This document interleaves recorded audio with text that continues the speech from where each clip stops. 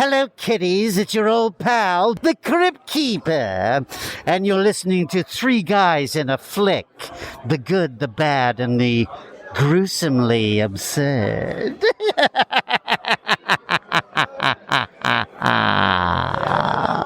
Ladies and gentlemen, please take your seats. The show is about to begin. Du bist nicht unsere Mutter. You are not our mother.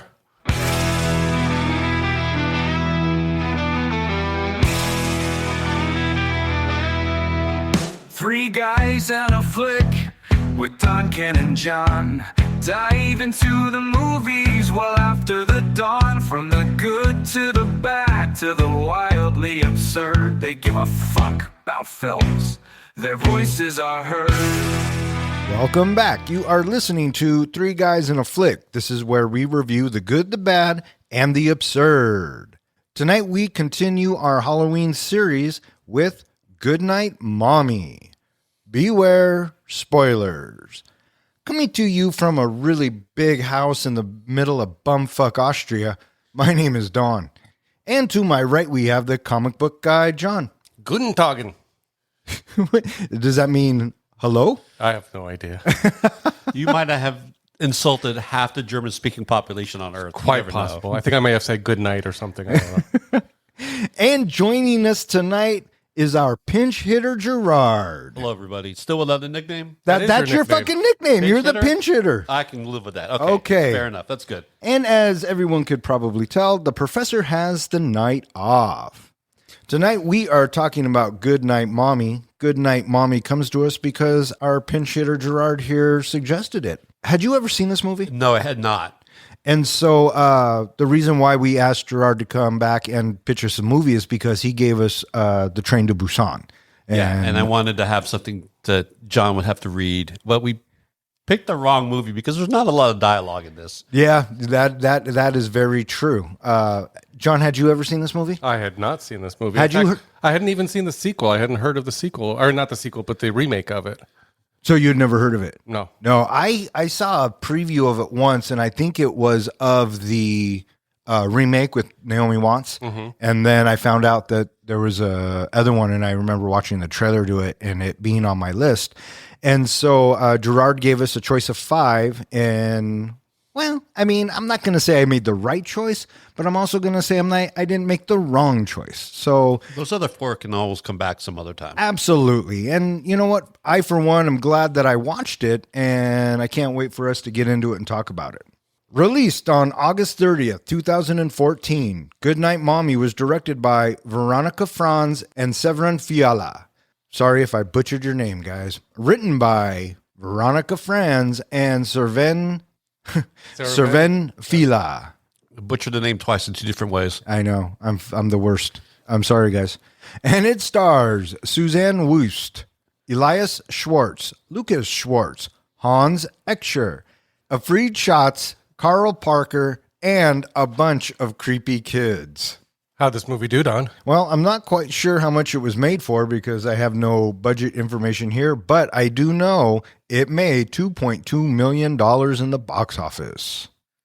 So there you have it. So where do we know these directors from? I can't say from anywhere. I'm not too big on the Austrian film circuit, but I do appreciate a good horror movie, or what I thought was a good horror movie. I was happy to check it out. Would you call this a horror movie? I saw it labeled as psychological thriller or suspense. No, I would definitely call it a horror movie just because of some of the stuff that happens to the characters. The last 25. God. Yeah, I would definitely call it a slow burn horror film. I know. I feel like for a horror film, I have to be scared at some point or feel like a lot of tension at one point, and it just turned into kind of a little torture fest at the end. It really didn't have anything for me. Which is ironic to me because you're such a fan of the Terrifier series. But the Terrifier has a little bit of scares and jumps and things like that. This movie had just, I agree with the psychological suspense and all that, but making you feel a little uneasy, but I don't think it had any jumps or anything in it. Well, a horror movie doesn't necessarily, in my opinion, have to have jumps. I think the fact that you are uneasy and feeling a little scared, it does its job, right? But I will go out on a limb and say, I think you might have judged this movie before we even got into it for a couple of reasons. One, it's foreign. Two, you'd have to read it. And three, you've never heard of it. So, no. And I'm not saying it's a bad thing. And I want to defend myself to that. Well, I'm not done. Go on. And it's not a bad thing, but I think that if we go into films like that, it skews our perception while we watch it. That's all I'm saying. No. The only reason I usually am not in favor of foreign films is because a lot of times I find my eyes looking down at the words and missing the action on the screen. And I always feel like I have to keep rewinding to see what just happened on the screen, which takes away from the effect of the film. This film did not, as we mentioned, did not have a lot of dialogue, so there wasn't a lot to read. So that played no impact in whether I liked or disliked this movie. I thought they did really well with setting up the non-verbal tension within the movie. I thought they did a great job of that. The issue that I had with this movie is that not a lot of people, I think, have heard of this movie, and we reached a point in this podcast where we always used to say that we do the movies we want to review. Well, now we focus a lot on the people who've given us our time and subscribed to our movies, and we should be really focusing on giving them what they want to hear, what they want to see. You're always trying to get me to pick out of the helmet. You're always saying, let's pick movies that they submitted. And then we go and pick movies that they've never heard of that they'll probably skip over because they've never heard of it. And I feel like we're doing a little bit of a disservice to our listeners. Well, I respectfully disagree. Okay. I think that enough people like our show and will listen to movies that they've never heard of because they like us and they like our opinion. So will it do high numbers? Probably not. However, I think we also bring a variety of movies that other podcasts don't. And I think that can catch on eventually, right? Because we do listen to our listeners and we have been doing the films that they have submitted. And thank you, everybody, for submitting films. Trust me, they are in the Bronco helmet and we will get to them. However, I think it is okay for us to step outside the box or the routine once in a while. To do something a little different that maybe other podcasts aren't doing. I got it from you because you kept not wanting to do films in the Bronco helmet, but then you caught on and you saw what they were submitting and you're like, oh no, this is good. Let's keep doing this, right?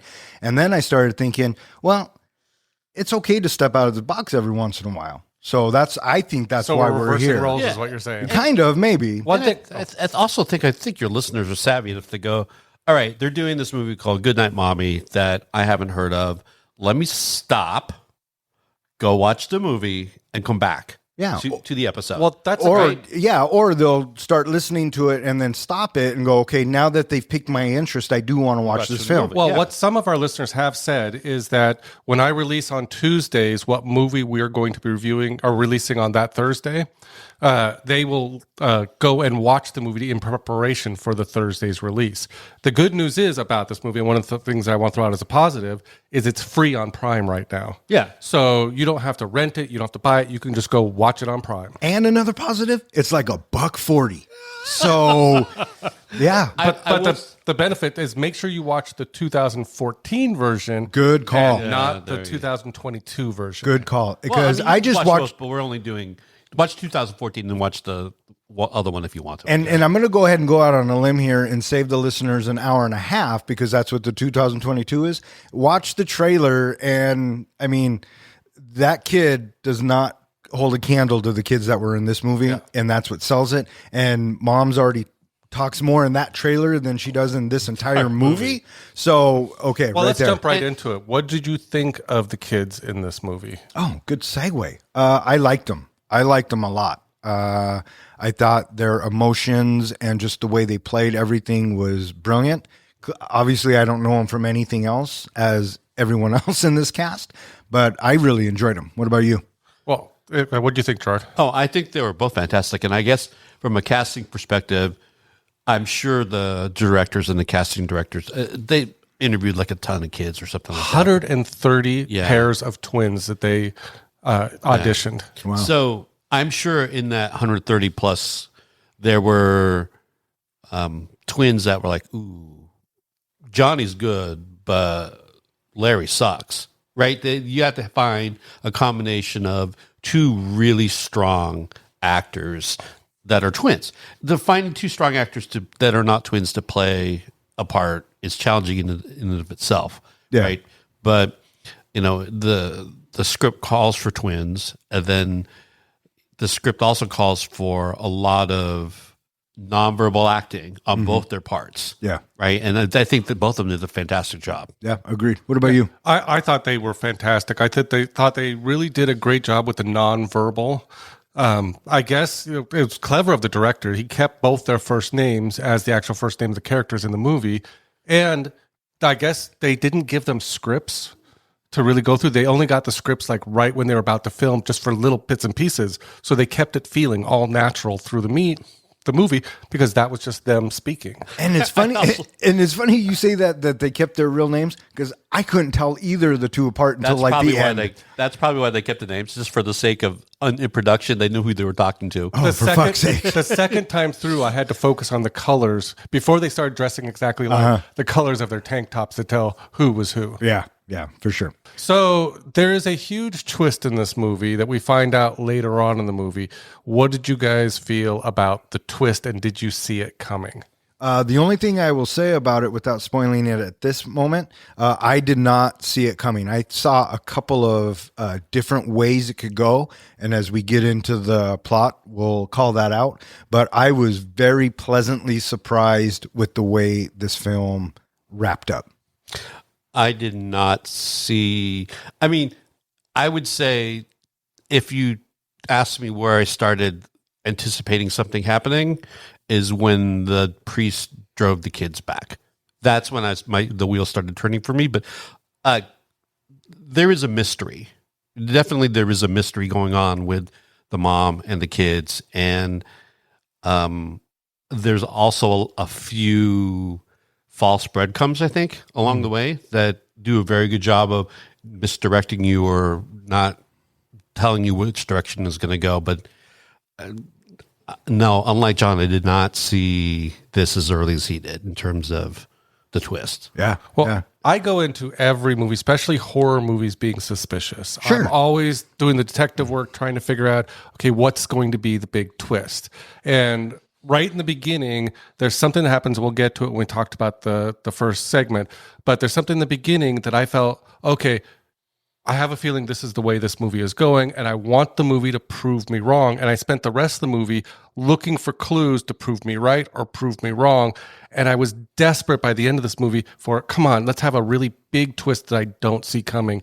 And I was let down at the end. You know, it's funny that you say that, because I compare that to the same feeling I had when I saw The Village for the first time. And when we talk about The Village, we'll get into that. So I've mentioned this before, and other times I've pinched hit, is I've seen a fair amount of movies going in completely blind, right? No trailer, no nothing, whether it be in a film festival or this film extension class that I've talked in the past that I've taken before. So I try to, as much as possible, go into a movie that to watch a movie and just don't have any preconceived notions of how it's going to go. Yeah. Right. And take the delivery of the narrative and the movie as it comes to the audience and enjoy it that way. Now, that being said, there are times where like, ooh, now I want to go back and watch it again because now I know what happened. Sure. And look for clues along the way. But I try as not to have do the math while watching the movie. Yeah. I want to experience it as it's delivered and enjoy it. I mean, obviously you watch a movie and there's things like that don't make sense, or there's stupid jokes, or the acting is bad that ruin the experience. But for the purposes of the narrative of the movie and how the story is being told, I try to go in with an open mind whenever I'm watching. Sure. I hear you. Should we get into trivia? Hey, man, let's do some fucking trivia. Yeah. How about some trivia? Just as long as it's in English. I don't know if I can answer in German. Du kann gaken. So how do you want to do trivia this week? With the professor gone, should we just go back and forth, or? Well, I have a couple of questions, and I'm sure you have a couple of questions. So maybe you and I will go back and forth, and whoever is asking the question, it is between Gerard and you know what? Yeah, it's like fucking blackjack. You're going against the dealer, right? Okay. You want? I'll go first because I'm sure. You go first. Thanks. What is the name of the boy's cat? Gerard, Leo. Point for Gerard. In the beginning of the movie, what type of shoes are the boys wearing? Gerard. Crocs. They're wearing Crocs. Some bitch. While the mom is punishing one of the boys because I can't tell them apart, how many times does she say the boy must repeat, "I am your mother"? John. 10 times. 10 times. I knew that. Of course you did. In the dating video that the mom made, what color were her eyes? Gerard. John. Gerard was first. Brown. Gerard's just running away with this motherfucker. You know what? Because I've got my ass handed to me in the other trivia rounds I've been on, so I came prepared this time. Oh, it's my turn. And this is my last one. When the boys are asking for proof that it is, in fact, their mother, what do they ask her to show them to prove it? John. Ooh, tie. Goes to the guest. Okay. Well, he's a pinch hitter now, so I don't know if he's a guest anymore, but no. Go ahead, bud. Birthmark. Birthmark is correct. Yeah. I got a couple more if you want them. Yeah, let's fucking throw it away. Maybe I can get a point here. Okay. Because you got a point and Gerard's running away with it. I can't get shut out here. In a later scene, the two boys fight and get matching bloody noses. Which nostril is the blood coming out of? Dawn. Which one? Right. It's the right nostril. Yeah, I'm on the fucking board, baby.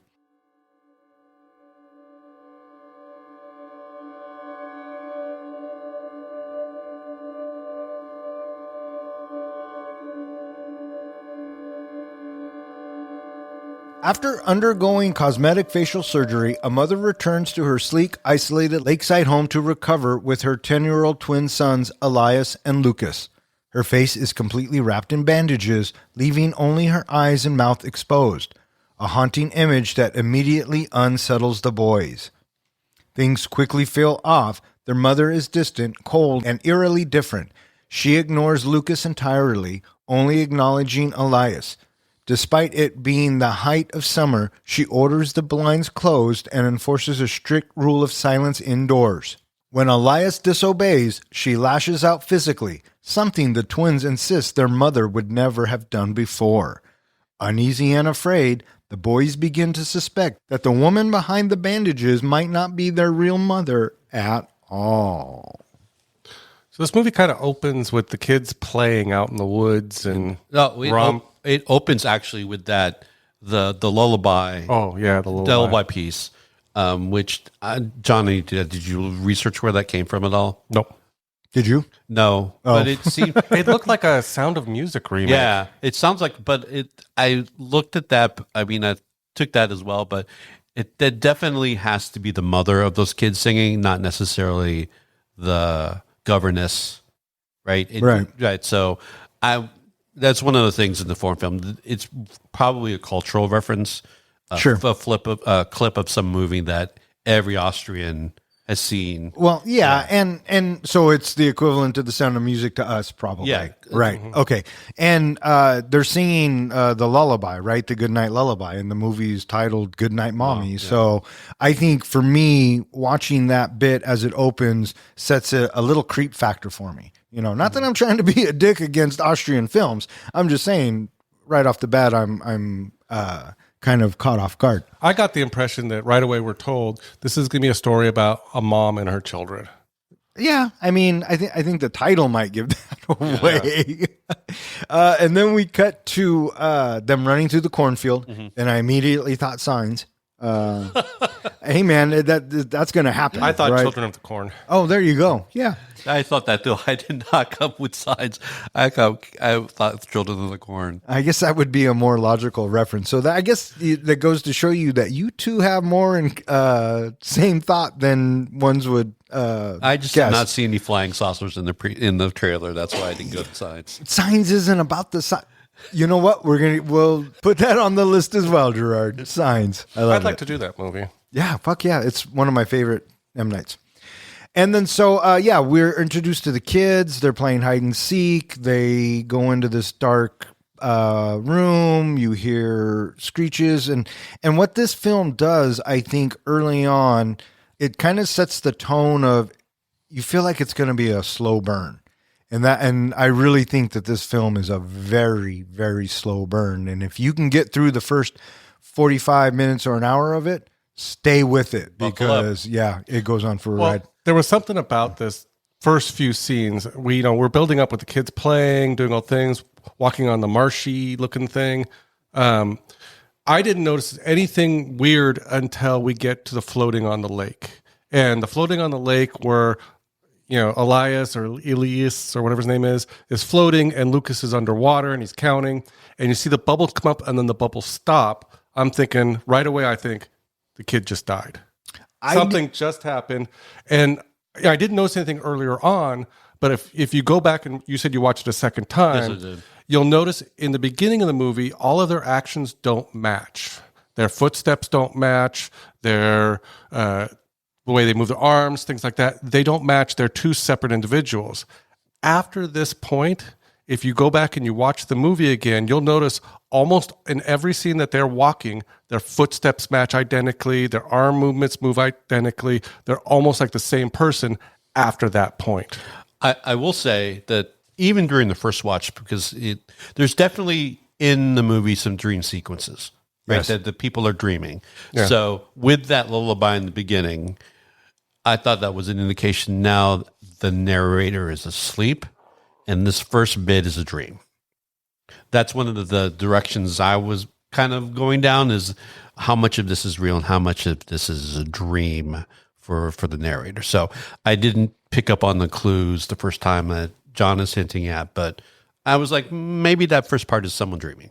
Yeah, and see, not once did I even think about that because, I mean, that's my go-to, really. Oh, guess what? It's all a fucking dream, right? But no, I bought the kids as two separate individuals. I bought them as brothers, and this was, I was just thinking, this is the filmmaker's way of showing us the bonding between the two brothers without words, right? Well, how twins, maybe these directors come from twins or something. I don't know. But no, I didn't suspect anything weird. What did catch my eye is when he is laying on the raft, the reflection under him, that for a brief second I went, huh? And then I put it away because I had never seen this and I was going into it. From the lake scene, we get the credits, the opening credits, and then mom comes home. It's implied that the dad drops them off at the house and they run it. That's implied in terms you get that the relationship.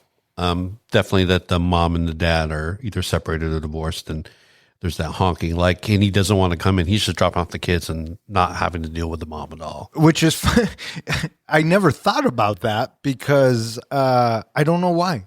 For some reason it didn't matter to me who was dropping them off. Until we get in the house and then they start talking about dad. So I never put that together. Mm-hmm. And so inside the house, there's a lot of long takes and there is a bit where the mom reveals herself with the bandages. What did you think of the first seeing the mom with the bandages? Was it startling at all? Or my first thought was, what the fuck happened between the lake and this, that all of a sudden now, was she burned? Was she in a horrible accident? Did she just have regular cosmetic surgery? And I love that you say that because you always say you look for the what the fuck moments. Mm-hmm. This whole movie, no, I take that back. The last half of this movie was a whole what the fuck sequence for me, and I wrote that down. So the super glue was the what the fuck for me. Oh, fuck off. Yeah, we'll get to that. So it is. She turns around and then she does give the instructions, and like the doctor, you guys need to do this. The doctor saying, I need to recover. So there's definitely, she went under some sort of medical procedure and she's recovering. It's not clear why. Right. It's not clear why. No, and it's not. So the day kind of goes on, and then they play this game, right? This It's game- like a heads-up game. This game reveals a lot about them. I don't know if you caught all the things it revealed. But the last thing about, I guess we're talking about the breadcrumbs, right? Along those lines is that it's Elias that's dirty and Lucas is not. It's only one of them has dirt all over them. I didn't fucking notice. Was I awake watching this film? Well, I only caught that the second time. that and the fact that I don't care how pissed off a mother is or if she's somebody else, she's only going to feed one kid. Okay. She's only going to pour a glass for one kid. Nobody's going to do that. That was another hint to me that the other kid wasn't there. Okay, hang on. And now that we talk about it, okay, duh. But my fucked up thinking was I could see, and I thought they were German because they were speaking German. I could see a German mother doing this for a meal, right? Well, there's enough in the dialogue just to say that she is, for some reason, she is just pissed at Lucas. Right. Well, here's the other thing, though, is that we don't know if you could jump to the conclusion, or you could jump to the theory that Lucas somehow caused her disfigurement. Right. And then that's why she's like writing this kid off or not talking to him and stuff like she's mad at him and she's working through the anger of Lucas causing her disfigurement. That's something that I was also kind of thinking of till I knew, the whole thing. For me, already suspecting that Lucas wasn't there was all of her comments were directed at Elias, basically saying, you know the reasons why. You know why I don't acknowledge him. You know why I don't put food out there. You need to come to terms and basically realize why I'm not doing this. And it was it was Elias who kept saying to Lucas, she's still mad at you. You need to apologize. So she never, I didn't ever feel like she was showing, hostile feelings towards Lucas. She was showing the feelings towards Elias and to stop acknowledging Lucas. Well, that's another line that makes you think that Lucas is responsible for whatever happened to the mom, because Elias says you need to apologize, right? Yeah. It's like Lucas did something to cause. That's another thing that I thought that's why I thought Lucas would cause the accident or the disfigurement or whatever needed to be medically repaired. Yeah, for sure. And then they, after dinner, they sit down and they play this game, and this is like that heads-up game. This was actually, I thought, a really clever direction by the writer to get everything that we needed to know about the mother. Yes. Reveals it all. I mean, it basically, they play the car game and everything, blah, blah, blah. Then they get to her and it's like, she's a TV hostess. She's somewhat famous. People know her. And right there, when they start talking about that, I'm thinking, she's an aging TV hostess. She got cosmetic surgery to improve her looks. Agreed. And I also picked up from this or started the old thinking was she couldn't get the clue of I'm the mom. Right. So I thought, okay, maybe she's not the fucking mom. Right. I'm going down. So I'm starting this film going down the path on the kid's side, thinking that something's fucking up with this mom. Right. I really wanted that twist. That's what I was hoping for, that they were going to lead me down the wrong path. And it turns out in the end, they were right. And that's what I really wanted to have in this movie. Yeah. Right. And one of the other interesting questions that she asked in that, she says, am I still alive? It was an interesting question in the context of the whole movie. Yeah. Right. Yeah. Knowing what we know. For sure. Now. Did you notice too, another, I thought, big clue is that she asked, can I have a clue? And Lucas says the clue. And then she looks at Elias and she says, can I have a clue? Can you give me a clue? Lucas says it again, and she's still staring at Elias. Finally, when Elias says it, was when she responds. Oh, see, I didn't fucking my problem is, and I think I might actually love this, is I've only seen it once. Right. So now if I go back and watch it, I'll probably really tear it apart. You'll right? pick up some stuff. Yeah. So no, thank you, boys. Well, it's very Sixth Sense. It's yes, and it's well, also yeah, that and the others, and once you get to the end, you're like, duh. But up until this point, I'm still thinking it's the mom. So that's how we're gonna go with it. Yeah. And so after bedtime or after the game, the boys brush their teeth, and I'm sure there's more clues there that they're not there. Or one of them's not there. Too was weird. Huh? The flossing. They timed the flossing. Yeah, and that might be a clue. Well, what it does is it sets up it's again a misdirection because Elias goes through his brushing his teeth and his flossing, and it's this as parents, like sometimes you need to brush your teeth for a minute because if you just you're not doing anything if you only do it for 10 seconds, right? That's the that is the purpose of the timer, is that the timer is set so that the kid is doing more brushing than not brushing. Right. So, and then he sets the timer for Lucas. So it comes off okay, it's his turn. I'm going to do him a solid and just set the timer for him. Yeah. And then they go to bed, and in the middle of the night, one of the kids wakes up, goes into mom's room, and this is, we kind of see the mom without the bandages, and she's putting on healing cream or whatever. Kind of on the corner, you can see the bruises on her face. Yeah, and then we get that shot of her eye in the mirror, which is supposed to be a jump scare, I'm assuming. But it's very startling. And, you see it, that it's a little bloodshot, and it makes logical sense because she just had reconstructive surgery, right? Or in my head at this point, I'm going, is she kind of fucked up? I don't know. But she sees Lucas, or whoever it is, Elias probably now, and he goes back to the room, and I really like this shot. When she opens the door, and I guess it's Elias, is against the wall, and she doesn't see him, and she looks. It's a kind of a really creepy shot. I think it's Lucas against the wall on that shot. In the second watching of it, she sees Elias in bed, which is why she doesn't do anything. Yes, and which is because my thought was, how come she doesn't notice that motherfucker? But okay, there you go. Yeah. What'd you think of all the thing with the cockroaches? I thought that was weird. Why was he collecting cockroaches? Well, the director and writers put a lot of symbolism in this movie, and I guess to them, cockroaches represented death and decay. So they wanted to have these cockroaches in the movie just to represent that. Oh, okay. There you go. And then the next day, we get a lot of scenes of them playing, and now going back and looking at it, it is definitely the filmmaker's way of fucking with us, making us think that these two boys exist, right? And during these shots, I kept thinking, God, this is a really slow burn of a movie. But as it goes on, I started to realize that, no, it's a slow burn, but the pace is okay because, we then cut to night and then there's another instance of something that happens. Did you notice that as the kids are getting more hostile, the pace starts really picking up? They start making the scenes shorter and shorter? Yeah, for sure. Is it the first night where she goes in and reads the rules? Yeah. Yeah, that's an important scene too. The rules are there for a reason, right? It's either because it's not the mom, right? And the mom, that's the new person is doing something different, or it's because there's past behavior from the boys that she's trying to avoid or not reoccur. I want to throw out a third reason, and this is, again, from my suspicions.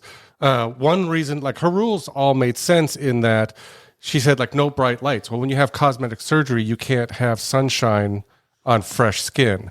So I understood that. I understood that she was taking sleeping pills and she was taking medication, and so probably no loud noises. She also, if you think about it, when you go back and look at the second time, she's lost a child. She's going through grieving. She right now is having problems dealing with the living child, going through these grief stages that she's suffering at this point. And so that's why she's so irritable, so cranky, and just, I feel like she's a little bit hostile and all that. And she's depressed. She's going through a stage of depression, so she's not going to be like she was before.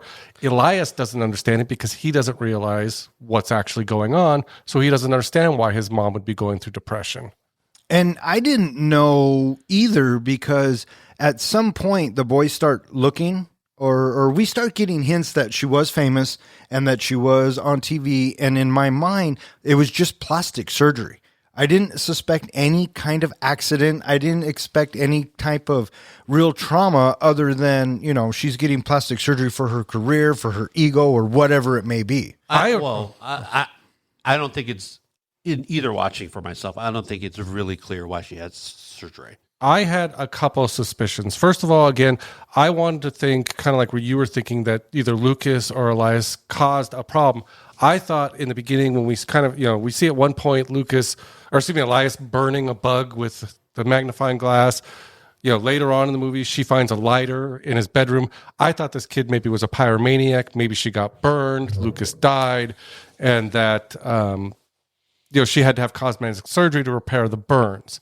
Then in the scenes where she gets naked every so often, one time she is in a mirror and she's kind of trying to look at her face a little bit. And did you notice she started lifting up her bust like she was having, like she was considering having a breast augmentation to fix it. So then it told me she's got a little bit of vanity. She's got a little bit of issues going on. She's a TV hostess. She was once famous. I just finished watching The Substance. My mind went right to... she's not aging well, and she feels like she's trying to keep up her career. It was straight to cosmetic surgery for me. Kind of like the Austrian Vanna White is what I got. Yeah. And we got to see every so often little pictures of her being famous. And I'm still not completely positive, but the picture at the end of the hall, the blurry woman, I think that was her. It was her. Yeah, and so I assume she's got some vanity going on, and that's what her face is all about. Well, it's also... at that, not obviously, but the picture's out of focus by design by the artist. That's clear. But it also gives the audience an indication that she may not be who you think she is. Sure. Right? Absolutely. That's kind of the misdirection there. It's very clear that, yes, it could be a friend, especially when they find that picture in the album. It could be a friend who is jealous of her life and has now stepped into her life to become this famous TV host. And so I was trying to keep that in the back of the mind, kind of hoping that was going to be the twist at the end. Why did you hope that would be the twist at the end? Because it felt so obvious one of the kids was dead, and I didn't want to be right. I wanted to. I love it when a movie proves me wrong, and so I wanted the twist at the end. I wanted it to be completely wrong, and that would actually have impacted my enjoyment of the movie. I'd see, and I thought it was like her twin sister because she had twins, and I thought, oh, okay, maybe the mom did die. That's why she's having a hard time answering, "What did you do with our mother?" And because every time they asked her that, I was like, I don't know why you're not being more vocal about it. I am your fucking mom. Quit acting like a fucking douche. And so they. So we're at the part where she's watching them play outside. It's the second day. Is this right? the hail? They're playing in the hail, or no? A bunch of places. They're running through the. And she's just watching them. This is where she looks at herself, and when do they find the cat? That's now because they run off and they go into this mass burial site. Yeah, I mean, I had to look it up. All these skulls and stuff, and the conversation with the dad. I didn't think it was the dad. I thought I'm still on the path that this isn't the mom, and she's all he doesn't know or something like that. That's the way the conversation went, and so I'm thinking, okay, maybe it's not the mom, but I hope. And you're hoping that they're not dead. I'm hoping that she's not an alien. So that's where I'm going with it, right? So before the cat is the pizza delivery. And this guy comes in and he delivers pizza for a year. Do you know those people just walk into the house? That was the other thing that bothered me about this movie. Well, at that point, we don't know he just walked into the house because I still think the guy's alive. So I think I was under the impression that Lucas let him in when Elias went to go ask mom. Exactly. Mm-hmm. So we get like Elias does follow instructions, knocks on the door, right? No answer, goes in and sees her sleeping. And then we also get after that she's avoiding him. Oh, right? yeah. Okay, so that's what she was doing? Yeah. Again, my head's thinking that she's an alien or something and she's eating something weird. I don't know if it was Elias or Lucas that actually goes into the bedroom, but probably Elias because she's ignoring him and then finishes eating. It has to be Elias. So, it has to but then Elias goes back downstairs and it seems like Lucas is the one who let the delivery person in. But it's kind of like, I think at that point, the delivery person, it's probably something in, to your point earlier in the introduction, it's not like in a big city, right, where this house is. It's a country estate. So everybody kind of knows each other. We get that later with the priest. So it's probably not unusual to leave your door unlocked I kind of got that impression too, that people they're all familiar with each other and just walk into their unlocked houses. Yeah, and it's Sven, the delivery guy for the neighborhood, so he knows everybody and is like knocking once. Oh, she didn't answer. I'm just going to put stuff. And then you get like, oh, he knows where the freezer is. Right? Like he's probably delivered to the house a gazillion times. Well, when you say it now after watching it twice, but when I'm watching it, fucking Lucas let him in. Yeah, exactly. And that was cool. And then I think then going ahead, I think we're missing some cultural references with that mass burial site. That's probably something that's historical to that culture, that society. That doesn't make it weird. I did try to look it up, and it did say in that parts of those. They never really give the exact location, but in Austria and Germany, things like that, there are sites, the cemeteries that have mass burials. But I'm just thinking for these kids to walk in, and did you notice? They weren't fazed about crawling over the skulls and the bones and everything trying to get to the cat.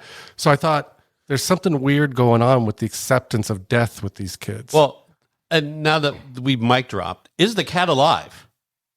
that's Schrodinger's cat. Yeah, I don't think the cat's alive.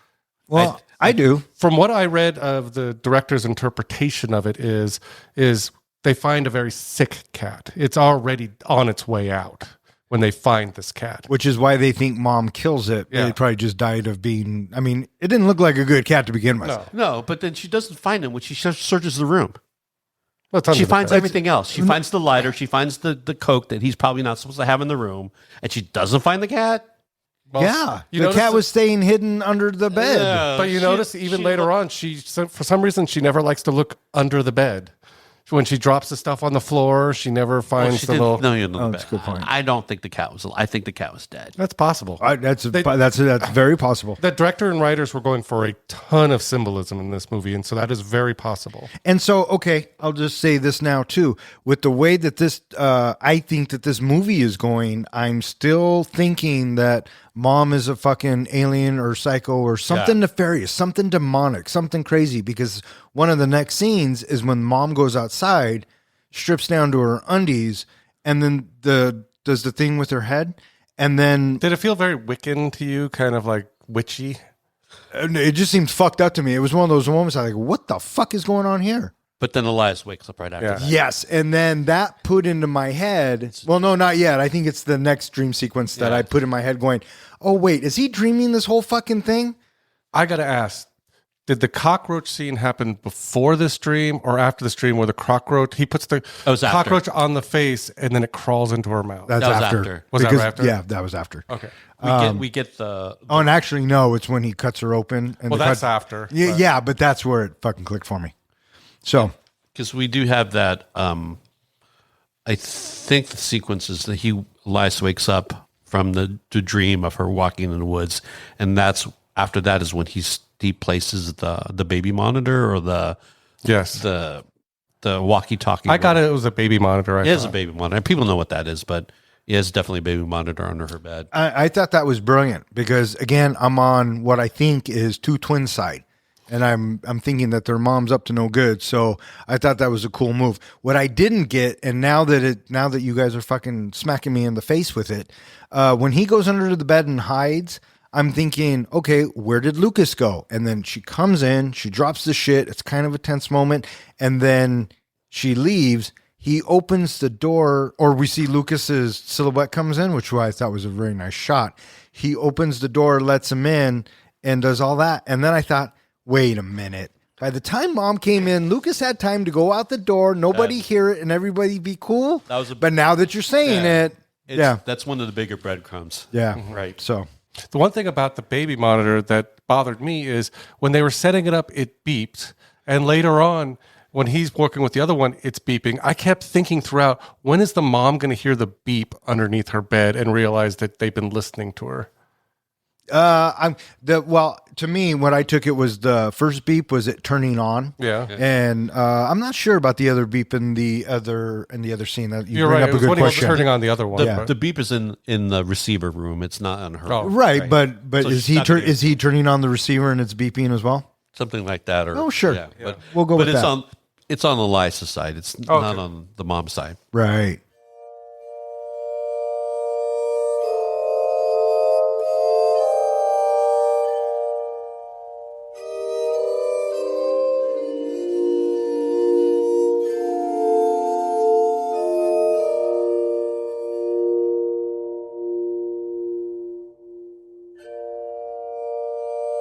Their paranoia grows. Searching the house, the twins find an old photograph of their mother standing beside another woman, dressed identically and bearing the same features. Convinced the bandaged woman is an impostor, they take matters into their own hands. They tie her to the bed, demand she admits who she really is, and cover her mouth with tape to keep her from screaming. When 2 Red Cross workers stop by to collect donations, the boys stall them, even handing over cash stolen from their mother's purse before sending them away. Too late, the mother manages to remove the tape and cry for help, but no one hears her. Things spiral darker. The boys seal her lips shut with superglue, later cutting them open again so she can eat. When she wets the bed, they briefly untie her, but she escapes, only to fall victim to one of their booby traps, knocking her unconscious. When she wakes, she's glued to the living room floor, unable to move. Elias readies a fire, demanding the truth. And so, now the boys are like, this bitch ain't my mom, so we need to come up with some fucking evidence. Well, there was a big scene where the mom just lost her shit and started basically demanding that Elias say, because he said, you're not my mom. And she starts saying, you will say I'm your mom. She should say it 10 times. She films him on the phone trying to do it while Lucas is outside the bedroom and not seeing any, pounding on the door and everything. And their instinct is mom would never treat us this way. Right. Yeah. And I mean, the kid's not wrong, probably. But And that was another big breadcrumb, like kids pounding the door and being ignored because he's dead. Right? Yeah. Yeah, and well, for me, I'm still on the path that this mom's evil, right? So it's done so well. I'm kind of going, what the fuck is going on? Another one of these what the fuck moments, John. And I don't know what this says for me as a person, but this is kind of where the movie gets going. And when the movie gets going, I kind of enjoy it a lot more because, I mean, this movie is pretty slow to pick up. Yeah. But we're starting to get more and more breadcrumbs and clues of how the story unfolds. And this scene with the mom doing this to this kid, it was kind of hard to watch. It took me right back to the phone call when she basically was saying he needs to face the harsh reality of what's really going on. This was her tough love, also her depression and her grief. She was acting out against the kid harshly. I mean, just horribly, trying to get him to realize his brother wasn't around anymore. Yeah. So the next morning is the first time we see her without the bandages, and the boys let her into the room, and she comes bearing gifts to Boomerang. Did it take you back, or did it take you aback that we got to see her face? I was expecting not to see her face throughout this entire film, except for maybe the end. And so when she comes in looking like she looked, then I started thinking, wait a minute, what the fuck's going on here? That's also the starting to the turning point that maybe she's not lying. I got the impression, kind of like you're saying, Gerard, is that it was symbolism of her healing, and now she is getting better, while the kids are now getting worse. So she's basically, the bandages have come off. She's no longer this wicked woman. She wants to be friends. She wants to be mom again. She's ready to be mom again because all of that stuff's come off. And these kids have already just been so scarred that they're not going to, Elias is not going to trust her. There's that scene after the confrontation that she's alone in the room crying. Mm-hmm. Just realizes that she had done. And then it's that little bit of, she offers the toy as a peace offering, and Elias to say, can we go out and play with this? And she realizes that brief second that it's not over, right? Mm-hmm.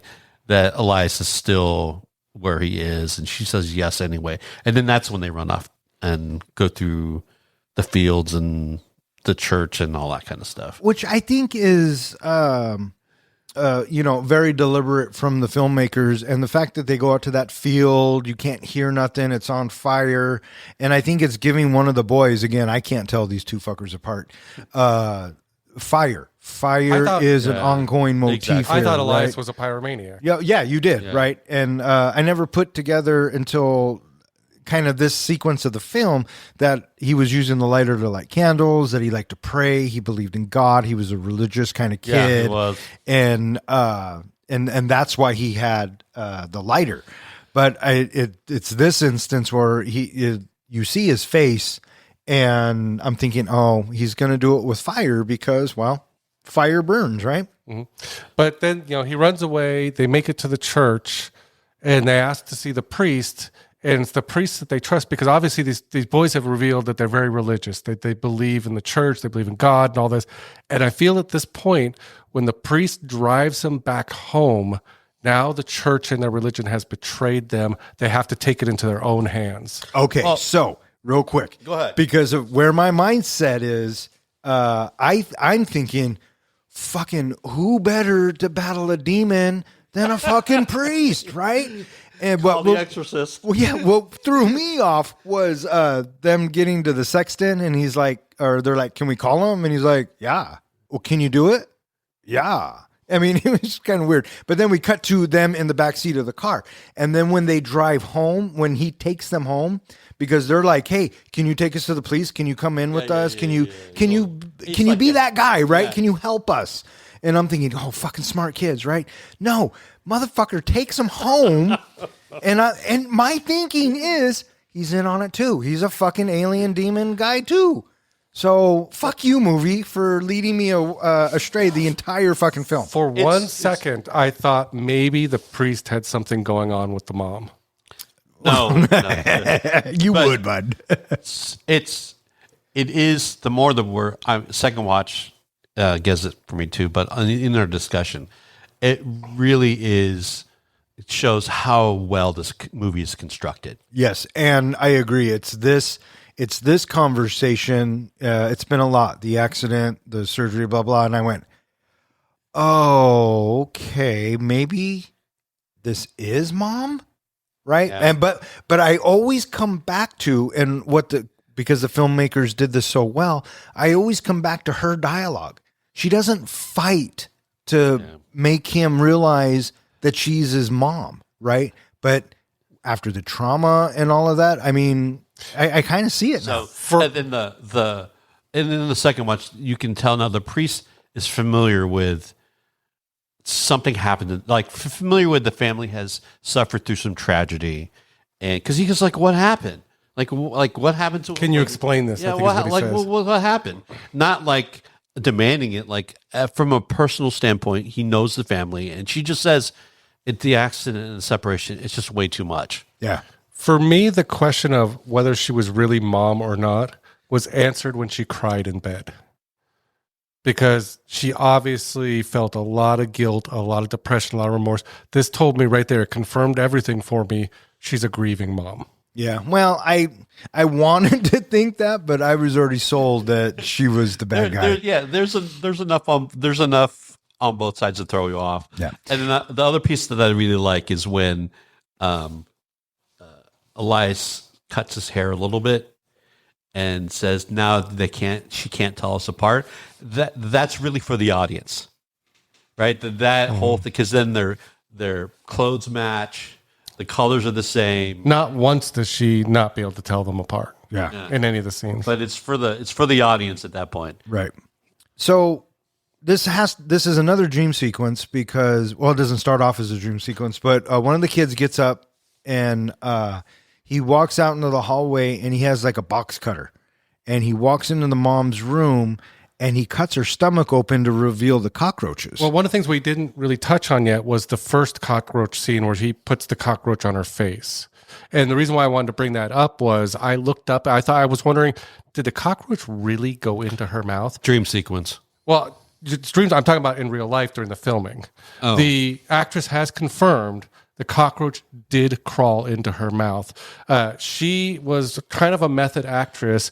She actually lived 3 months alone to try to create this isolation, a lot of times bandaging her face, and kept 2 pet cockroaches during all of this time so she would get familiar enough with them to allow it to crawl on her face and everything. And yeah, she said it crawled right into her mouth. And the filmmakers or whoever cut the trailer together did a fucking brilliant job because it shows the thing going in her mouth, but it cuts to her eating earlier in the bed. The biscuit of the and she crunches it. So your mind says, she just ate a motherfucking cockroach, which again, alien. Yeah, but you're absolutely right. It was all dream sequences showing that this kid's descent into madness. And so it's this particular one where he cuts her open and the cockroaches come out and then he wakes up. I'm thinking, oh, maybe this kid does have maybe something going on in his head. And his brother's trying to write him out of it. And the mom really is mom. And so they put that doubt into my mind at this scene. And I'm starting to like this film more and more as I'm talking about it. It's really well constructed. Very well constructed. Then there's a part where they steal her laptop and we get further indication of she's got that dating video, so she's trying to date again. Well, she's also got brown eyes instead of her normal eye color. Normal eye color, and then she's selling the house. That was the other thing. I didn't catch that the first viewing, was the fact that she was selling the house, which again, I was hoping for the big twist. I thought maybe it is somebody who snuck into her life and is now going to make some money off of the house too. So they get all their stuff ready to fight her and all that. And then also, what do you think of the scene where, she's obviously, they made it clear early on, she takes sleeping pills and that's why she's usually knocked out so heavy. She takes a sleeping pill, goes to bed, and in the dark, we see the boy rise. Probably my favorite shot in the movie, but I want to go back to them getting ready first. This is where they lock themselves in their room, right? Mm-hmm. And they make the sticks out of pencils. And I love the bit where, now that I know one of them's dead, but the taking turns and watching the door. Yeah. I thought it was very ingenious how this kid protected himself, right? And then, mom comes in and he gets out. And this scene where she takes a sleeping pill and then it goes dark and then the kids come up. Oh, man. So this movie's fucked up from the last third act. It's just completely off the rails. I think this is where it gets its darkest. And yeah, man, I mean, it goes really fucking dark from here on out. Well, the crazy thing is Elias has some remorse, has some hesitation. It's that evil twin of his that's speaking in his ear that's goading him on of his mistrust of his mother. Right, because Lucas, dead Lucas, doesn't believe that this is their mother and he's convincing Elias. I started to think that maybe he was an evil spirit. Like he was a demon or something. Oh, I didn't even put that together. I started to wonder that for a while. But that's another great thing about this movie is Elias just projecting what Lucas wants what he wants Lucas to say, right? Is that like the justification of the things that Elias does to the mom is that's his excuse. Lucas is telling him to do this, but it's actually him making it up, right? That it's the the other thing is we haven't talked about, is it a ghost? Is it a ghost or is it a hallucination in his head? And so she wakes up tied to the bed. And I mean, this is like the second, fourth, fifth time I've audibly said out loud, what the fuck? Right? So she's tied to the bed, but it's creepy the way she's tied to the bed. It's not like he cut sections of rope off and like tied her wrists. Like he's got those zip ties. Well, he used the gauze, looked like gauze and duct tape. And the feet it's creepy. It is creepy. Yeah. Right? No, I fucking agree. That's why I said, what the fuck? It's obviously not the first scene where a character is tied to a bed by an evil person. But man, I don't know if this has been done any creepier than any other movie that I've ever seen. I mean, it looks creepier than what Kathy Bates did to Jimmy Kahn in Misery. Oh, yeah. It looks much more creepier than that. There is one other creepy scene. The kids empty out the cockroach aquarium, put the dead cat floating in water on a coffee table for the mother to find, waiting to see her reaction. And did you notice she really didn't have a reaction? Oh, no. To me, that was you're reading creepy. that wrong. So Well, first, I don't think it was water because it solidifies. yeah. So that's why I asked, is the cat alive or not? Because the cat is in that bone thing because it belonged to the mom and she buried it in the quote unquote not in the mass grave. Okay. The boys bring it back into the house, right? Because of their evil planning, and they hide it under the bed. The cat is dead. That's why she can't see. That's why she can't see it, right? Or did she The miss real cat, the one real we think cat. is real. That's why she misses it in terms of fixing it. And then they conveniently find it in the basement later. So it's the mom's cat. They display it, and then the mom tries to drown his bugs. That's her reaction to it. She goes up to the room and takes a bunch of the cockroaches and puts it in that container to kill his pets. And she's looking at Elias going, what do you think? Like, how dare you? Because the cat's already dead. So it's not like Elias killed the cat. It's like, it's a reminder. It's like an F you to the mom, and her response back is to kill his cockroaches. Yeah, I don't know if I see that because the cat kind of got up and moved, and the cat that got from under the bed all the way down into the basement, one of them would have had to drag the dead body, hide it down there, and then pretend to find it later. Plus, if the mother's cat was already dead and in the aquarium, But who finds why it? would she go and then say, you dug up my dead cat, now I'm going to kill your cockroaches? I don't see that. Yeah, you're missing it. Lucas is the one who does that piece. Lucas is the one that does that piece. So if I'm hearing you correctly, if I'm understanding you correctly, when Lucas and Homeboy go to the grave, Lucas sees the cat, and that cat that we see, the cat that moves, is a ghost, which really is not there. Now, fast forward to where they find the dead cat. So Elias sees it moving, but it's already dead. So it's in the grave. So they're taking the corpse. Corpse out. And so the mom finds the corpse when she looks under the bed and puts it in the basement, and then the boys find it. That's how I took it. Yeah, no, I think it's really when they can't find it, Elias doesn't know that, but he puts it in the basement, right? Because if the mom had actually found the dead cat, she would have blown up sooner than that, right? All I know is that this fucking cat ended up in an aquarium in liquid that solidifies, that comes back in the end, and all I can say to myself is, what the fuck? Right? So, yeah. So anyway, we jump back ahead. She wakes up. She's all tied up with gauze. And I think this, for some people may be really fucking hard to watch. It's right? not. It's a difficult scene from here on, and it's very difficult. So he keeps asking her, prove to me your mom. What's my favorite song?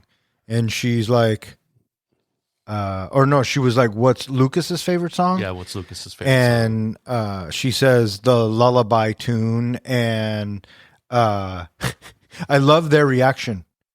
Okay, you know what? Fuck off. And so they tape her mouth shut. Well, here's the big thing. The tape her mouth shut. Oh, yeah. They tape her mouth shut and then they sing. Well, here was another hint to it. Did you notice when they started singing at the exact same time? Oh, they got good timing. That's what I thought. I did. I mean, The perfect timing. And then there was a line in the song, because they were singing some sparkle song, that he sees you and he loves you, which is the whole point of this movie. They keep bringing up that if she really loved them, she would be able to see Lucas. They even say that at the end of it, is our real mother would be able to see Lucas. Bud, I'm telling you, mom at this point may not be fucking evil. The kid, Lucas, might be fucking a little evil in the head, but never once at this point still did I think he was dead. So I'm enjoying this ride as we go along, right? And in this instance, I'm glad I didn't fucking figure it out, because I think it would have ruined the movie for me like The Village did. But again, we'll get to The Village later. So they sing the song, and she knows she done fucked up, right? And so The tape her mouth, and then we get the the Red Cross workers visiting the house. Again, just walk right into the house. I'm with you, dude. I kind of had a problem with it, but now that we talk it out, If I was the the kid- culture is probably. If I was the all kid, right. I would have just said, "Get the fuck out of my house." Well, he was fucking smart eventually, but I would have too, right? Is your mom coming home? Yeah. Can we wait for her? No, we're not supposed to have people in the fucking house, lady, because they were determined to figure it out, Yeah. right? I thought this scene was very. I thought it was a nice little touch to what was already becoming super fucking tense. And what I like and appreciate about this film is they are pushing the envelope, but they don't need to pay it off with a big gore shot, right? They don't need to saw somebody in half with a fucking chainsaw. They don't have to, play with a dead corpse hung to a wall. It's very subtle and it's very effective. And it is kind of the one comic relief portion of this movie. It can come off like Laurel and Hardy coming in to ask for money. Perfectly cut with the mom trying to scream for help. Exactly. And that whole motif where no one can fucking hear you, Yeah. but help is right around the door. Right. And I thought that the filmmakers did this beautifully. And so now with Lucas sitting in the egg chair behind him where they're at the table makes fucking sense. Now all of the boxes are starting to get checked as we go through the rest of this film. I just love that the Red Cross people were like, "Okay, we're going to wait for your mom. We're a little concerned about you being here home alone. Here's some money. Okay, we'll leave." Yeah, I mean, money, man. It'll get you the fuck out. And, I thought it was pretty fucking smart of the kid. He was listening to, they're tallying up the money they've made so far, and if they could get that, and it clicks, hey, if I can pay these fuckers, they'll leave me the fucking Yeah, alone. exactly. Right. And so out they go. We do get like the editing of we do see the mom blow off the tape, and she's finally able to scream. And then, but the Red Cross workers are too far away. But they turn around, and then what they see is the two kids at the window, right? Waving goodbye. waving goodbye. And so what do the Red Cross workers do? Bye. They take off. And so now, Mom, you took off the fucking tape. There's got to be fucking consequences. So what naturally do you do? Super glue her mouth shut. What the fuck? Now, this was I almost wish we could see a version of the movie without Lucas in it and to see Elias doing all these things or flashbacks or something. Because did you notice Lucas was holding the mouth shut while Elias was gluing it shut? And so I'm thinking, how did he do both at the same time? So that's I think they do that on purpose to Yeah. make me think that Exactly. both of them are still physical, right? But and what the fuck? that's the other reason that I think that Elias / Lucas actually talked himself into the head. They're the ones that hid the cat in the basement, right? So there's definitely things that Elias is attributing to Lucas, but he's actually just doing himself. Yeah, for sure. But oh my god, And when do they? Well, they go Do to they burn her first, or do they cut the mouth open Oh. first? Which one? It doesn't matter, but because man, she's just getting burned with the magnifying glass, which is interesting because there's not a kid in the world that has not tried that. That tried that trick, like burning a piece. Obviously, they're not burning like you're a person, but every kid has taken the magnifying glass and tried to like get an insect or burn a piece of paper. So they're using a technique to torture the mom, knowing in a method that everybody in the audience has somewhat done. Oh, it was just. I thought it was fucking brutal. For me, the what the fuck moment was the cutting the mouth open and clipping her lip. Okay, And all that so blood just spitting out. oh my god. So the kids are eating and they're thinking, "Oh, mom could Did you be notice hungry." only one of the kids was eating? Yeah, only one of the kids was eating. That's another. I didn't even pay attention because breadcrumb, another breadcrumb. It's bread alive. cut in 99, right? Yeah. And so they go up to the room, and then my first thought is they super glued her mouth shut and didn't think it through, because now what do you do? Yeah, Right? That's very obvious. Yeah. And so when they start cutting, and he's so careful about it, but we should also say that after they burn the mom, they address the wound Yeah, because Elias feels bad about it. So anyway, they're cutting the lip and then the blood, like you were saying. That gore was I don't know if gore should ever be perfect, but that gore was perfect for the moment. Not too much, not too little. And she screamed. And again, what the fuck, right? And then she opens up the rest of her. Brutal fucking effect. Brutal effect. Oh, and then they notice like she's relieved herself in bed, and the filmmakers show that. I mean, no. They fucking tie her head still. Remember? That's when they burn her, isn't it? No, and then they put something in her mouth, and we get the dental floss. Yeah, the dental floss scene. Oh, God. And then it's so horrific, we forgot about it. Yes. Probably the most brutal of it. Because That's why I brought this up, because I thought this is a callback to him flossing his teeth, and they're just digging into her gum. But the filmmakers do it brilliantly. They cut to the boy's room, to the baby monitor, and we get to hear everything that's going on. And it sounded like they were sawing the teeth off. Oh, Yeah. man. Yeah. I half fucking expected brutal. when we went back to her that for her missing her bottom teeth. Yeah. No, I mean, yeah, when they cut back to her and it's just all bloody from, Yeah. whatever's going on. But yeah, fucking brutal. Absolutely fucking brutal. And so they notice that mom has relieved herself, peed herself. And I'm glad she didn't shit herself. How about that? And Probably because they didn't feed her. That's the only reason. Well, did you like their responses? We're not cleaning that up. yeah, You're you cleaning can that do up." it. Yeah. And so they cut her free. But I thought this was an interesting scene because, again, if you're not suspecting, that Lucas is dead at this point, do you notice he's the one that's holding the crossbow on her Yeah. in case she tries to escape, whereas Elias, or whatever his name is, he's the one that's cutting her free and telling her, okay, now you behave. Well, she doesn't actually have a crossbow on her. So, of course, she's going to do something. Now, my thought was she bolts out of that room. I'm thinking she could have kicked the shit out of that kid after that. Okay, so I was with you the same way. I knew that if you untie mom, she could, and that crossbow didn't look all that fucking strong. So with the sheets, could have thrown her over both of them, whooped that ass, and say, I'm gonna tie you down and put some floss in your mouth, motherfucker. I would have wrapped the sheet around him and tied him up. Oh, motherfucker. So she gets away, she bolts out. And again, one of the most brutal scenes, and it's so quick that the rest of it plays out in my head, was when she trips over the fucking tripwire. Yeah. And her head bounces off the fucking pavement. This was a great filming technique, I thought, in that you notice every so often she's gaining consciousness and you can see her being dragged down the hall. She loses consciousness again. She wakes up again and you can see the kid with the super glue doing something, and then she loses consciousness again. I thought that was really clever. I thought that really worked. I thought it was well done, yeah. Also, there was a small snippet before, way back when they're looping the tripwire. Oh, right. yeah. You don't know what it's for until she actually trips over it and Right. just face plants outside. Yeah, absolutely. Fucking pretty rough. Pretty rough. And then when she wakes up, she's like super glued to the floor.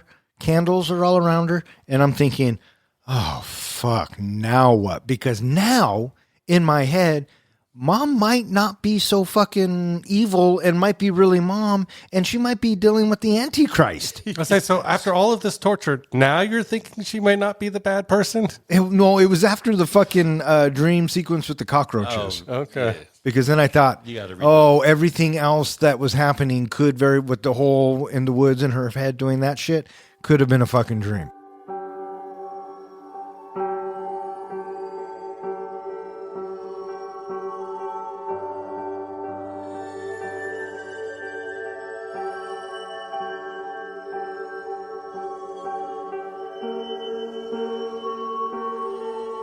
The mother pleads for her life and finally reveals the truth, the devastating secret that shatters everything.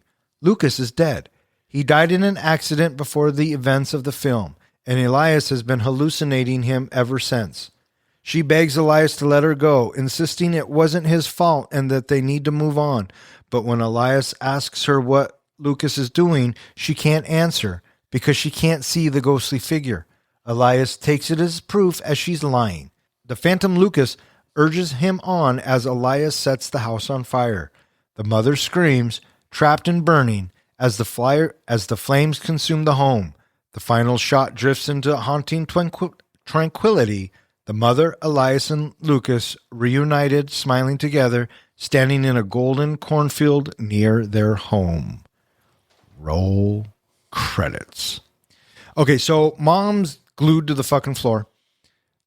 Elias is fucking nuts. He's lit the aquarium on fire.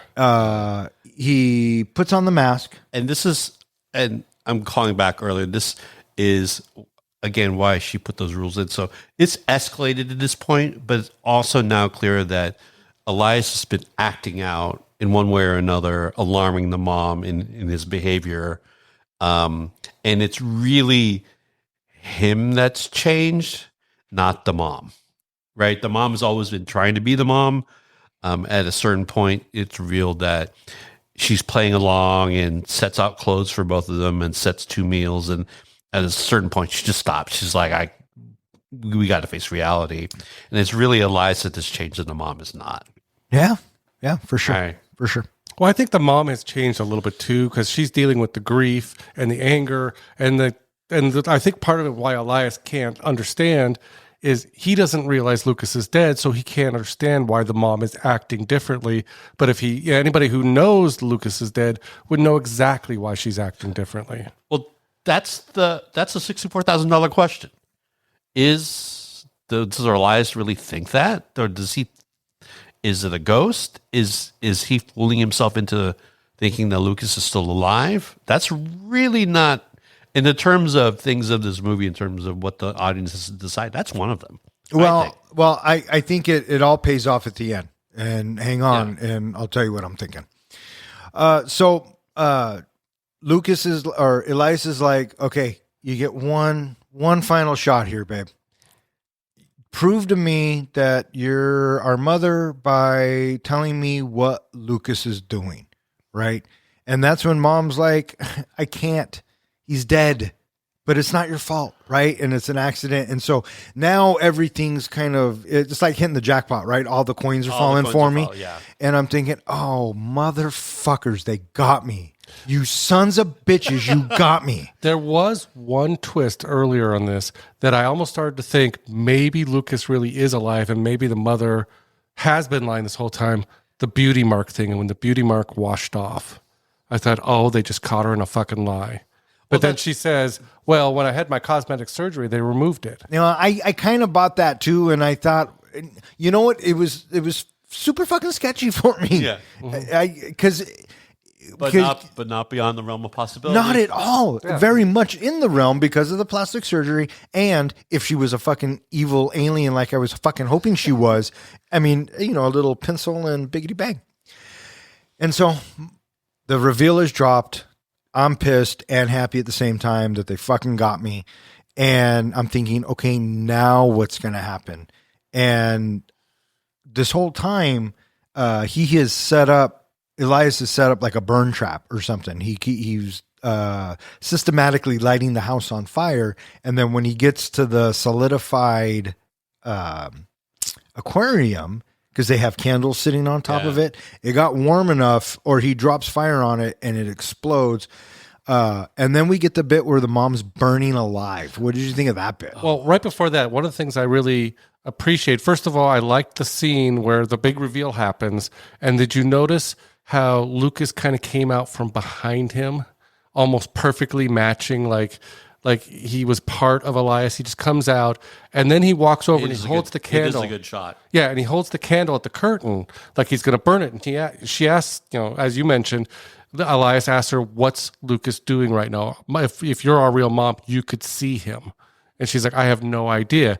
Well, it's not Lucas that sets the fire to the drape, because Elias walks up, grabs the candle from Lucas and starts the fire, showing again, Lucas had no power throughout the whole movie. He was not there the whole time. Yeah, no, it's part of the payoff. Yeah, absolutely. And I mean, To answer your question, the mom on fire, it's a great effect.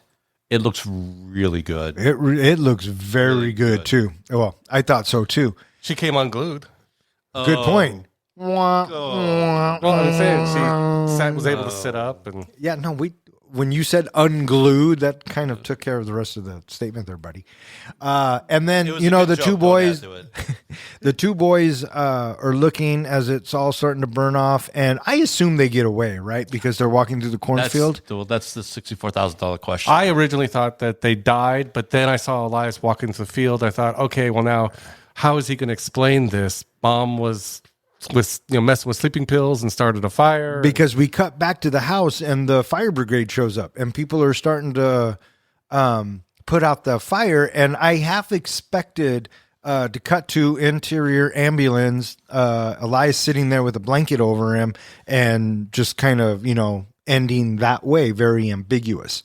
Right? This movie does not end ambiguously at all. No, I think he doesn't get out. I think Exactly, he doesn't because he's walking through the cornfield, and then as he's walking through the cornfield, he sees Mom and Lucas, and then we cut to burning embers coming up from the screen. Or no, we cut to all three of them. Force goes in that together. little family pose. Yeah, and then we cut to the embers burning, and I went, "Oh, that little motherfucker murder-suicide." And then also with the fire brigade, it doesn't look like they're trying to actively rescue anybody from the house. They've determined that that's not possible anymore. Yeah, well, and again, and then I thought he was sitting in the fucking ambulance, but My thought is he's still alive. It's just she has joined his little hallucinations. So now he's got two people he's hallucinating. I think the burning ember at the end says that that's the fire. He died in the fire. So that's how I took it, because that's how it fucking is. But man, that last, however, is 20 minutes of, I think part of what makes it so terrifying, it's a 10-year-old kid doing this to his parent. Yeah, right? and again, both these kids fucking knock it out of the park. So yes. Yeah, absolutely. And that was Goodnight Mommy. All right, what do you think? You guys ready to rate this flick? Yes, I'm ready to rate this flick. John, are you ready to rate this flick? As ready as a kid with a magnifying glass and serious mommy issues. I like that one. That one's pretty good. Yeah, I like that one. Hey, pinch hitter, question for you. How do we do our ratings? So, pinch hitting for I don't know how many times I've been here, but you guys rate this films on a scale of 0 to 5 fucks. 5 fucks being cinematic gold. I want to see it every time it's on cable. I want to see it every time I'm aware of it. And 0 fucks is, I want, in the words of the professor, 1 hour and 47 minutes and 30 seconds back of my life, because this is a big waste of time and I don't give a fuck about this movie. All right. Well said, pinch hitter. Thank you very much. I don't know. Yeah, like John said, well, he actually called you a guest. I'm the one that said you're not a guest anymore. But you want to go first? You want to receive or you want to defer? I'm going to defer. All right. You want to go or you want me to go, buddy? It's your call. I will go first. You go first. I'm going to set the precedence. Okay. Goodnight Mommy, I felt, was a very interesting watch. I did not think it was a bad film by any stretch of the imagination. I appreciate new style horror films. And I mean, after you put 2 and 2 together, it's not really that new of a style, but I will say this. They fucking got me. Kudos for them. I thought the effects were good. I thought the soundtrack was super creepy. These kids knocked it out of the fucking park. Mom did well. Barely any dialogue. It is a slow burn. And if you can get through the first 45 minutes to an hour, buckle in, because it goes fucking dark. The gore was just the right amount.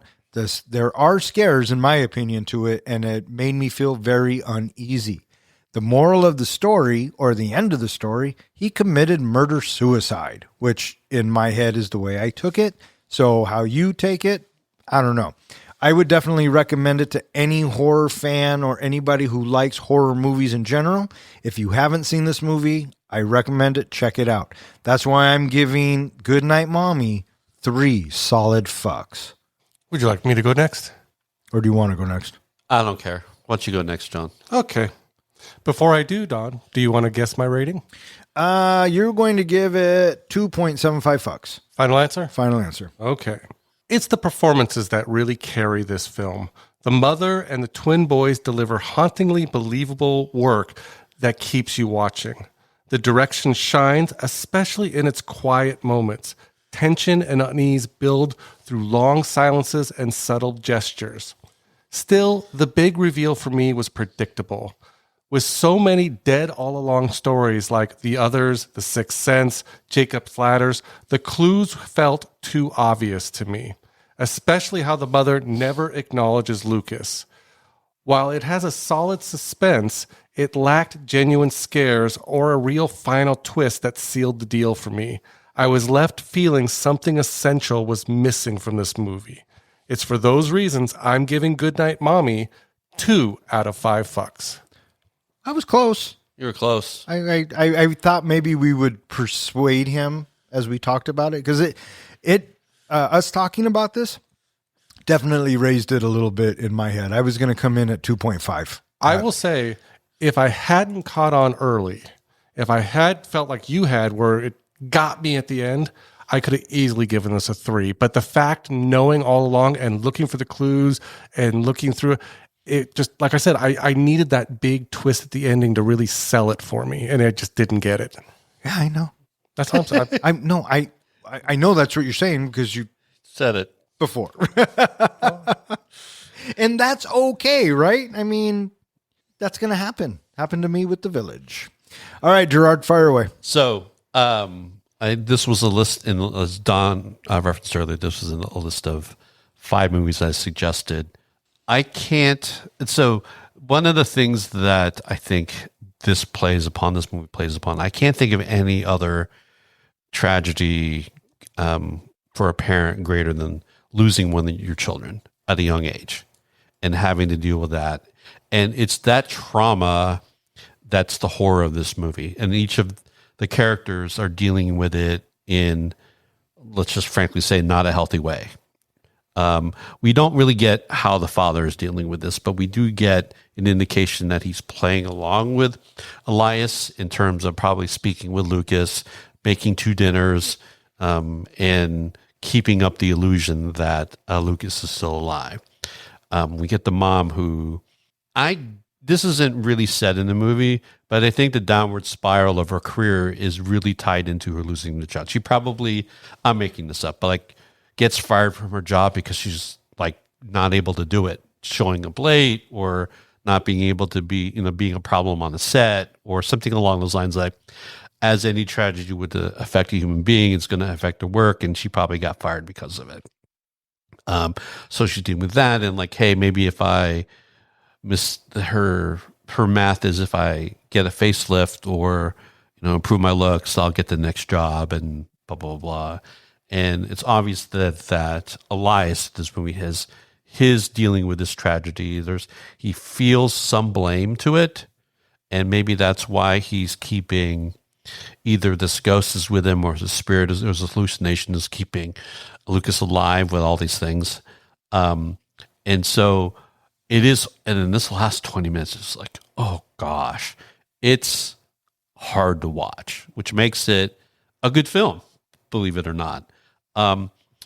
And I just think it just encapsulates the movie, really does a good job of having people feel the horror of losing a family member at such a young age and just having your life fall apart because of it. Right. So, and overall, I think the film looked really good. The lighting, the editing, the cinematography is really good. That sequence of the mom on fire was really well done. And I'm sure there were some practical effects there with real fire. And obviously there's some CGI stuff in there as well. It is one of those movies that you got to watch twice. So there's that. But I enjoy this movie as we've discussed it. I will say that going in after watching it the first time, I was like, 2.75. Watch it the second time, it's 3. But after discussing it with you guys and just like getting kind of worked up about it and discussing it, and that's really what art's supposed to do is make you think and discuss certain aspects of the film and disagree and agree and all that kind of stuff. So the added conversation notched it up again. So I'm going to go with 3.25 fucks. 3.25 fucks from the pinch hitter. We had the professor give us his rating for this film. And what did he give this movie, John? Well, he didn't give this movie a rating. He gave the 2022 version a 1.0. All right. So with an average of one fuck, the 2022 remake gets one fuck. But for this 2014 rendition with 3 fucks from me and 2 fucks from the comic book guy, that gives Goodnight Mommy an average of 2.5 fucks, which now puts it in the 31st spot with The Life Aquatic with Steve Zissou, Teenage Mutant Ninja Turtles, and Speed. It is slightly better than American Psycho, Bone Tomahawk, Lone Wolf McQuade, and the Texas Chainsaw Massacre. And it is slightly worse than Waterworld, Christine, Cobra, Bridesmaids, and The Adventures of Priscilla, Queen of the Desert. I got a question for you. Fire away, guy. You ever heard of Capgras syndrome? No, what is that? That is a actual psychological syndrome, a psychological condition where you think somebody is not who they really are. So that's kind of was a theme for this movie. Well, I might have that because, I mean... Yeah, it's the belief that someone close to you has been replaced by an imposter. Like a fucking alien, like I've been saying all along. All right, that is going to wrap it up for this episode of Three Guys in a Flick. If you would like to know which movie we're going to be reviewing next, please check out the website. Speaking of which, hey, John, where can they find us? They can find us at threeguysinaflick.com, where we go ahead and post all of our podcasts, show notes, as well as there's a web form on there that you can submit a movie you would like to go in the Bronco helmet and have us review.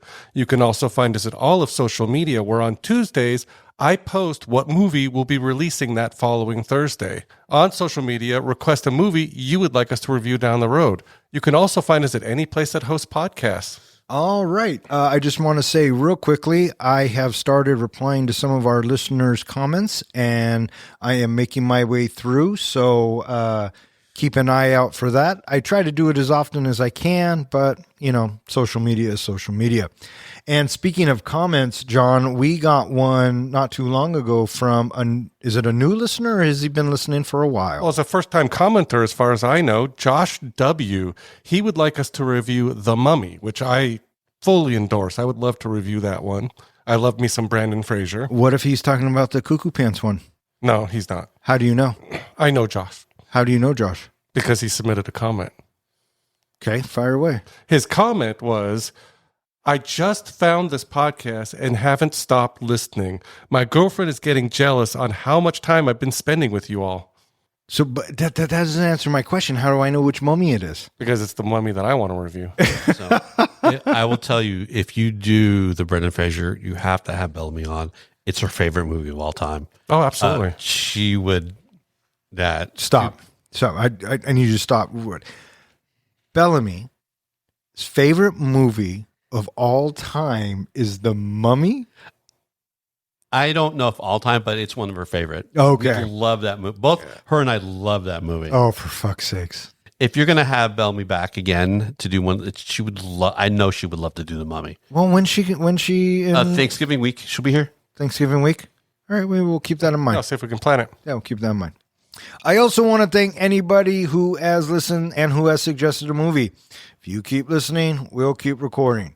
For Three Guys in a Flick, I'm Don. I'm John. I'm Jordan, the pinch hitter. Thanks for listening, and I'll see you again when I pinch it again. Three guys with some mics, yeah, dive into the flicks. We're here for the real talk, no time for the tricks. Don as the captain, steering us right. Kid drops now to shedding light. John with the comics, bringing the hype. From the good, the bad, to the absurd. We break it down, make sure you heard. Passion for the screen, we ride or die about movies. You know, we always give a fuck, no lie. Is my cough drop going to sound on the mic? Can you hear it? Only when you mention, well, quit sucking on it. Yeah. I'm just making sure. The bubbles will give you away. Yeah, they do. The kid drowned. was obvious. Afraidy? Elfried. Afraid Schnotz. No, Afraid Shots. I'm actually sad that I missed Psycho last week because you guys missed a huge point on Psycho, Which we're not going to get into. which was the taxidermy. That was a huge movie. Oh, fuck. It backfired. What the fuck? Okay. I was trying to meet you and I fucking muted myself. Because it wasn't the cockroach before the photo album, or is that after the photo album? We'll just throw it in there. Okay. I'm not too worried about sequence from here. What I'm fucking worried about is this fucking 40-yard touchdown that this fuck over here. Oh, is that Russell Wilson? No, it's not, because Wilson is now with the Steelers. that again? No, he's not with the... He's with the Giants. Oh, yeah, he is with Yeah. the Giants. But either way, they fucking scored. Now I'm pissed, so I got to read. Would you read? It's our first quarter. You got plenty of time. Gerard, you want to get welcome back? Just kidding, buddy. She finally blows off the tape, and A bird just hit your freaking window. yeah, The feathers went flying. not to go back. That's why I don't want to watch the birds.